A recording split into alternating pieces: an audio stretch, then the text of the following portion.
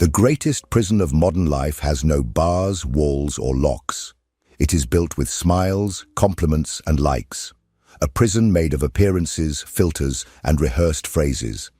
Every day, millions of people wake up, get dressed, step out into the world, and put on the same mask, that of the competent professional, the balanced person, the always positive friend, the evolved soul who has overcome all pain. But behind all this, there is something that no one wants to show. An emptiness, a tension, a dark side that remains hidden, suffocated, waiting for a crack to emerge. This side is real. More real than any character you have ever created to please others. Carl Jung understood something that few have the courage to admit. Much of what you believe to be your identity is not you. It is merely the domesticated version of your soul. The persona, as he called it, is a functional mask we wear to operate in society. It helps us fulfill roles, that of a child, a parent, a colleague, a citizen.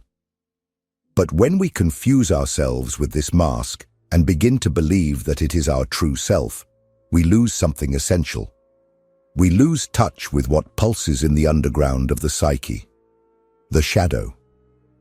The shadow is not just a psychological concept. It is an inner reality.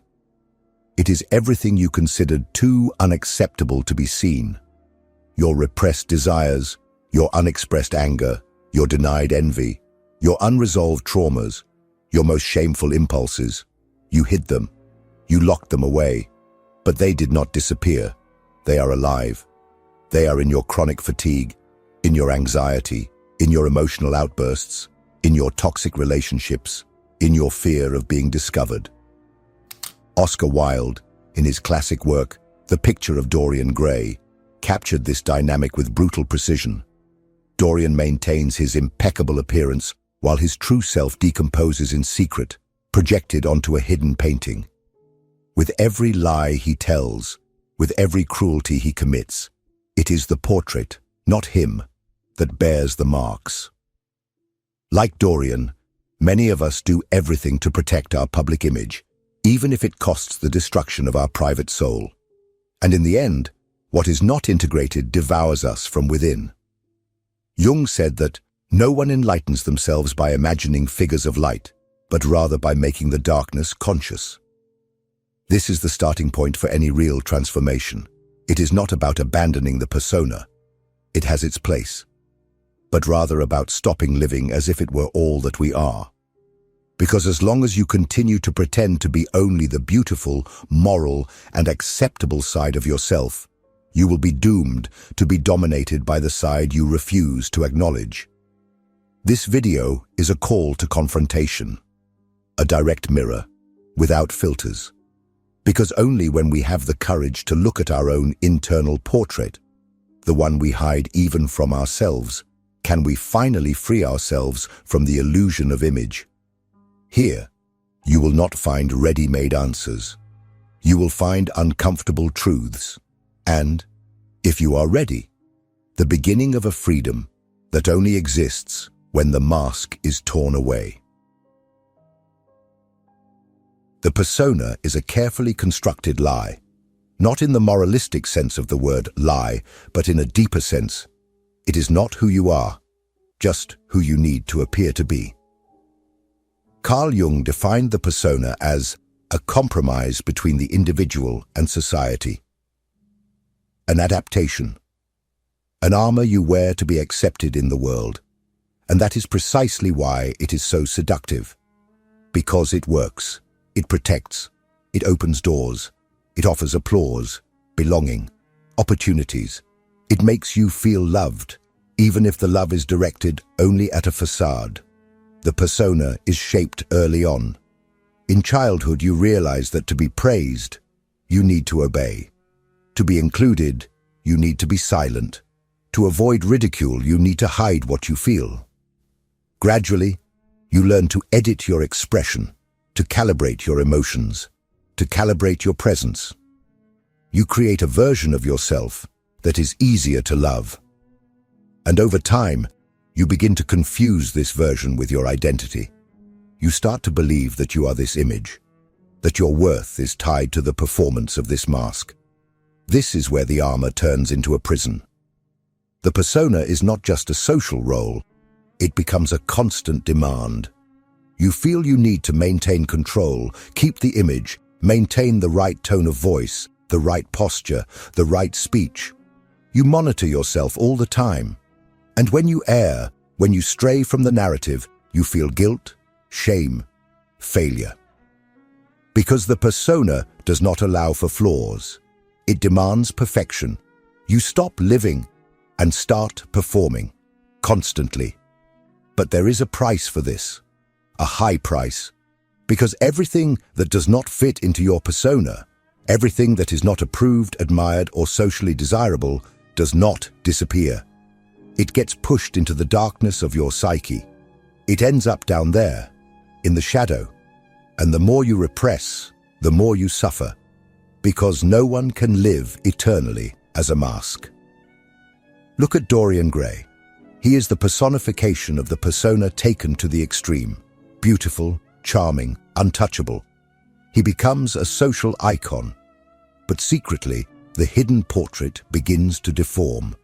Every denied impulse, every selfish act, every cowardice, every wickedness he refuses to admit in himself, all is absorbed by the hidden image, until the day the division becomes unbearable.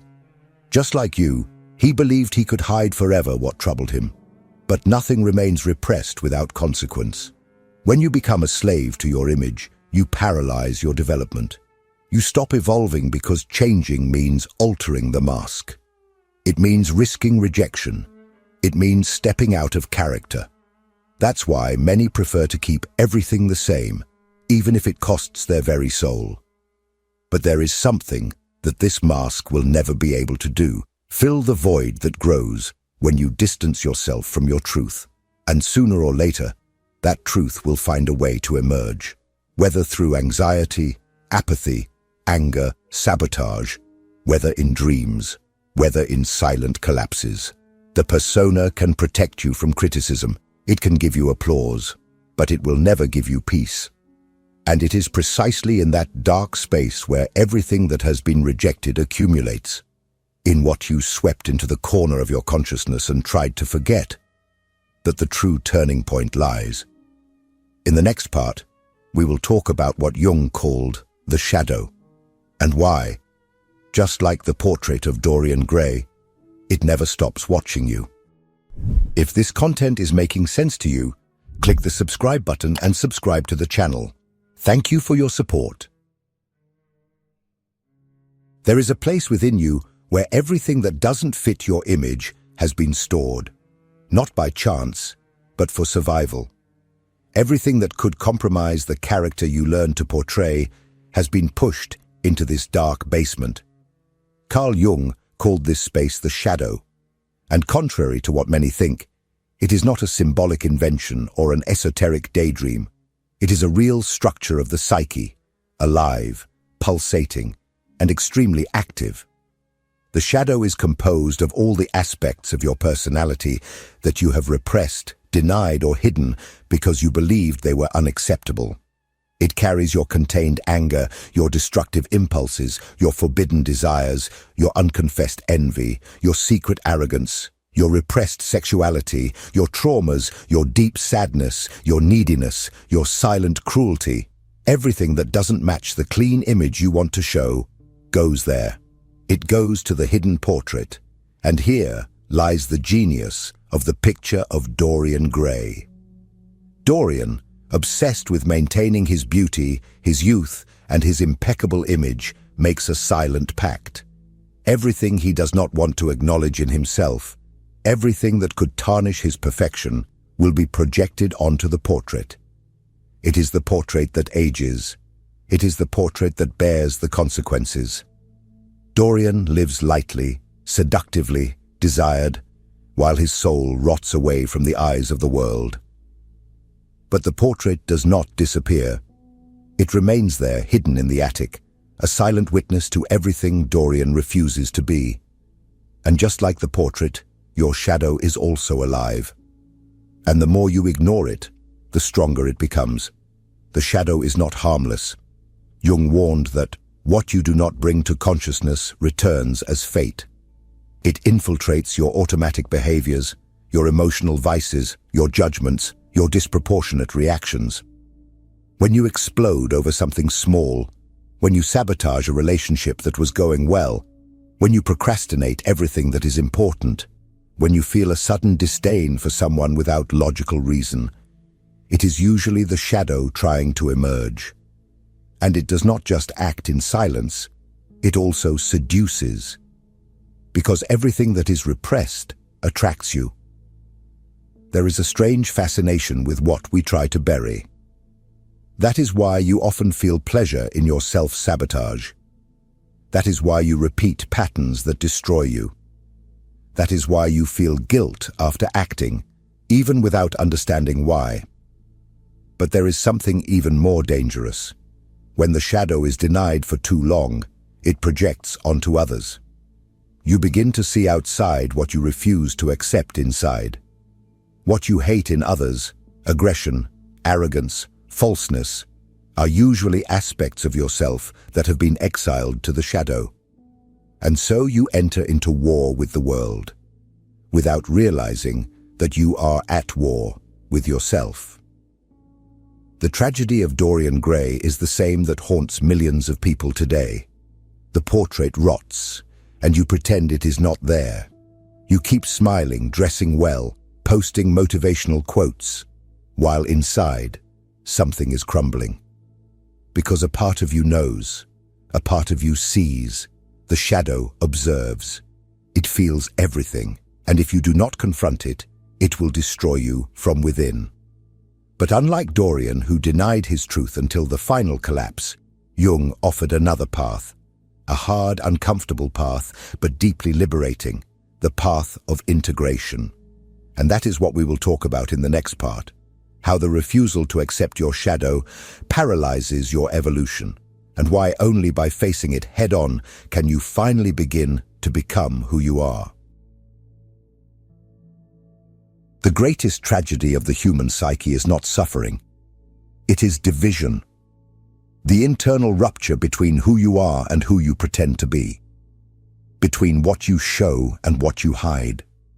Between the face that smiles and the voice that screams inside. Carl Jung understood this abyss as one of the main causes of psychological illness. And he saw clearly that the more you repress the shadow, the more inevitable the split of the soul becomes. Dorian Gray is the perfect symbol of this division. On the outside, he remains untouched, almost divine, beautiful, young, charming. On the inside, his soul fragments into 1,000 pieces. With every lie told, every manipulation, every act of cruelty, his hidden portrait absorbs the consequence. But there is a cost. He begins to live in constant vigilance, in a permanent state of defense. Not against others, but against himself. Because the true terror is not being discovered by the world, it is being discovered by oneself. And this is exactly what Jung warned about. When you divide your psyche, when you live denying parts of yourself, you start walking the streets as two. The visible being, who fulfills social functions, and the hidden being, who screams in the unconscious. This division creates a field of constant tension. It is the reason why you feel that you are always in conflict, always fighting with yourself, always exhausted even without having done anything physical. Because keeping the mask on your face requires energy, and containing the shadow within a mental cage requires even more. The cruelest part is that over time, this division becomes normal. You get used to hiding. You adapt to fragmentation. You convince yourself that it is natural to live on alert, censoring emotions, controlling words, avoiding spontaneity. But this normalization of imbalance does not make it less destructive. On the contrary, it transforms it into fertile ground for collapse, for existential emptiness, for emotional illness, for the violent eruptions that seem to arise out of nowhere.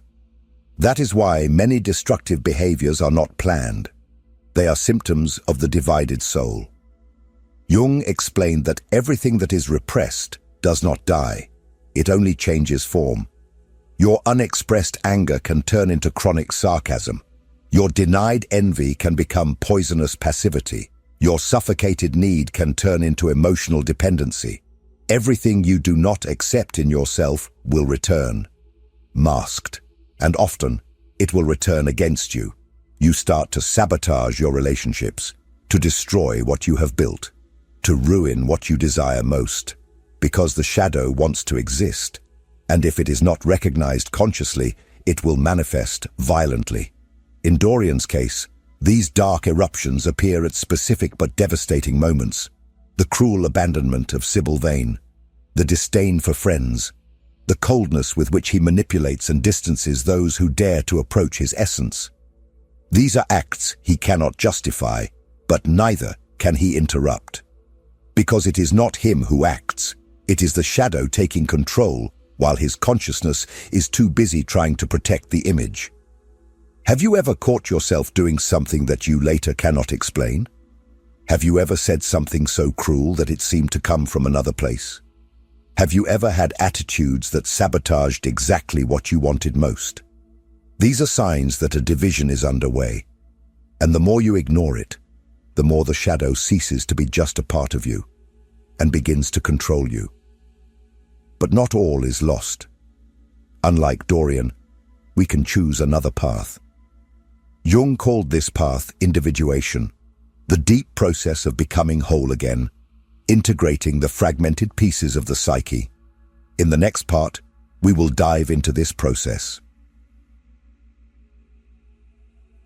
When your life revolves around maintaining an image, you stop living. You start merely maintaining. The image must be preserved at all costs. You need to be strong all the time, smart all the time, reliable all the time, spiritually elevated all the time. Mistakes, stumbles, contradictions, all of this becomes a threat. Growing, changing, questioning come to represent a risk because all real growth involves admitting that something in you needs to be transformed. But those who are trapped in the persona cannot admit imperfections, and that is where stagnation begins. Carl Jung warned that the persona, this social mask we wear to be accepted, is useful, but becomes dangerous when we fully identify with it. Why? Because it freezes the psyche. It prevents the natural flow of inner transformation. You stop asking yourself who you are and start merely reinforcing who others expect you to be. This is what Jung called the inflation of the persona. When you merge with the role you play, everything that threatens that role becomes unbearable. And here the connection with Dorian Gray intensifies. He does not age. He does not suffer the visible marks of life. His face remains the same, as if time could not touch him. At first glance, this seems like a blessing. But as the story progresses, we realize it is a curse. Because while the hidden portrait bears the signs of decay, Dorian remains crystallized, untouched, immaculate, and completely incapable of evolving. Dorian is the perfect image of what many become. Someone who strives so hard to maintain an idealized identity that they become a slave to it. You know people like this. Perhaps you are one of them. Someone who needs to appear calm, even when about to explode.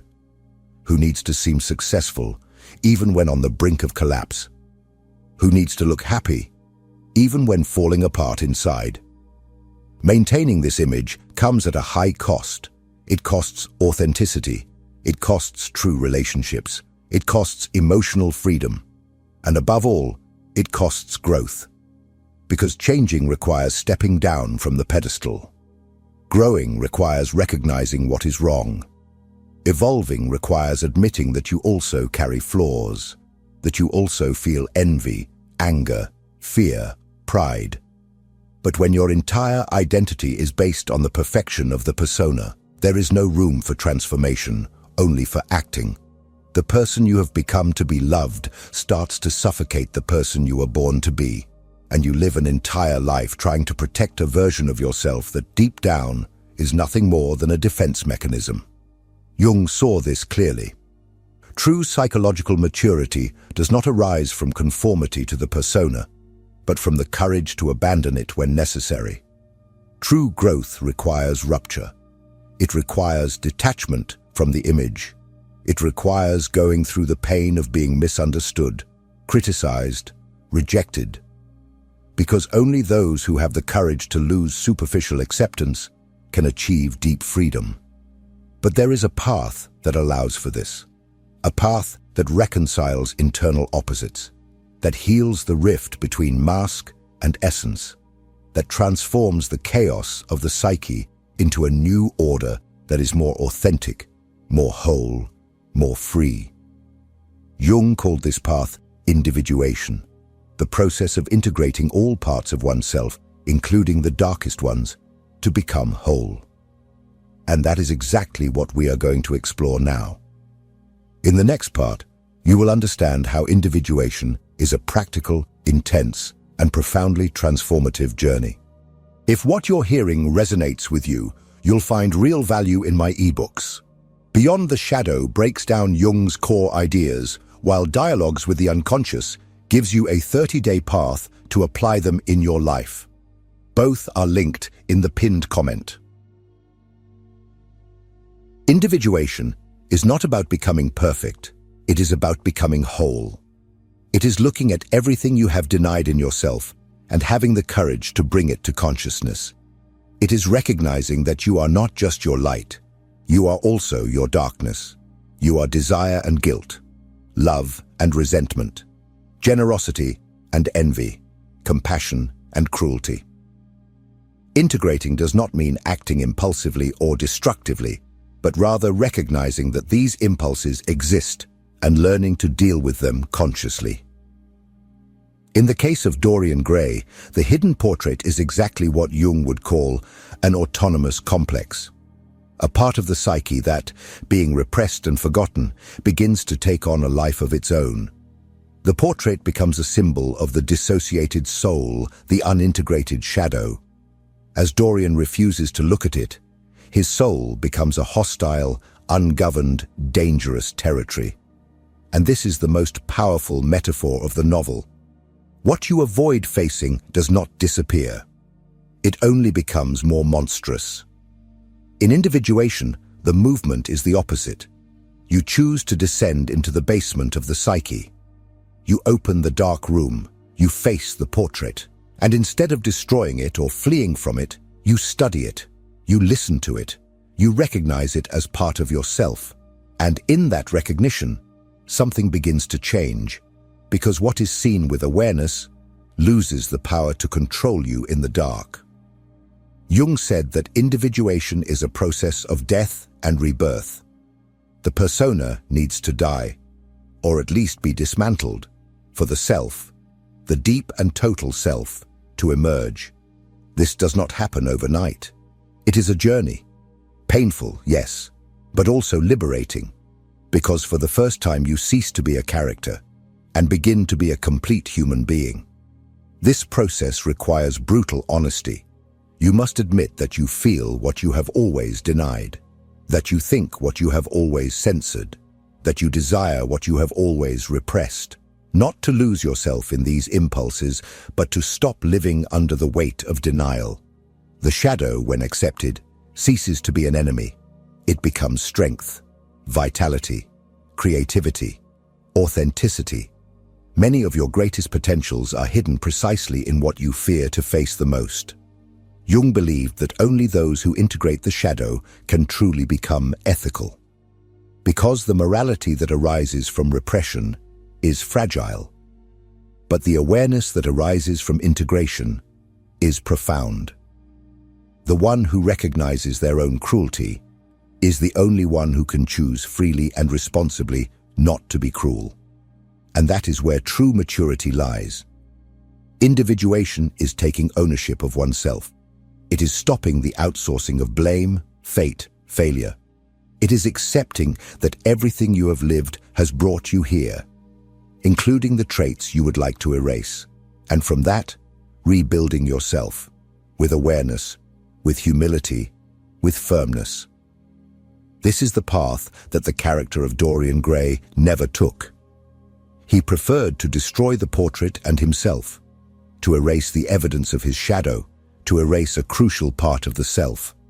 But in life, we do not have to follow that same fate. The freedom you seek is not outside. It is not in more recognition, more praise, more followers on social media, more money, or more external validations. Real freedom, the kind that calms your mind, liberates your body, and silences the internal screams, is only possible when you face yourself with radical courage, when you finally choose to look at your own hidden portrait. Carl Jung taught us that psychological maturity is not synonymous with holiness. It is synonymous with awareness. The man who knows his shadow is more trustworthy than the one who thinks he is good, because those who know their dark parts learn to tame them, to integrate them, to transform them into creative power. Those who refuse to see them end up being dominated by them. Oscar Wilde showed us that the tragedy of Dorian Gray was not his eternal youth. It was his cowardice in facing himself. It was his refusal to grow, his refusal to admit he had flaws, his obsession with maintaining an impeccable image. He did not want to see the portrait. He did not want to confront what he had made of himself. And in the end, what destroyed Dorian was not time.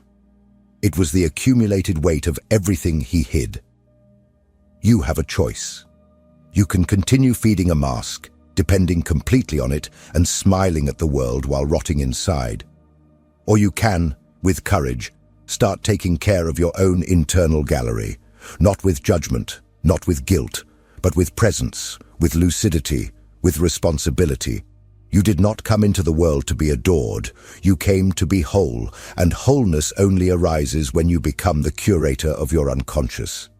When you enter the locked rooms, dust off the forgotten paintings, reinterpret the distorted images, and decide with autonomy how you will compose the portrait that represents you. Not an idealized, frozen, false portrait, but a living, imperfect, dense, real work. The masterpiece of your own existence. Now, close your eyes and ask yourself honestly, what part of me am I afraid to look at? What have I hidden for so long that I no longer even know how to name? Reflect on this thought. Write in the comments, even if it's just a word, a feeling, a discomfort. Sharing is also a way to start integrating. And if this video touched you in some way, like it, share it with someone who needs to hear this, and above all, subscribe to the channel. The next video is also important, and I want you to continue with us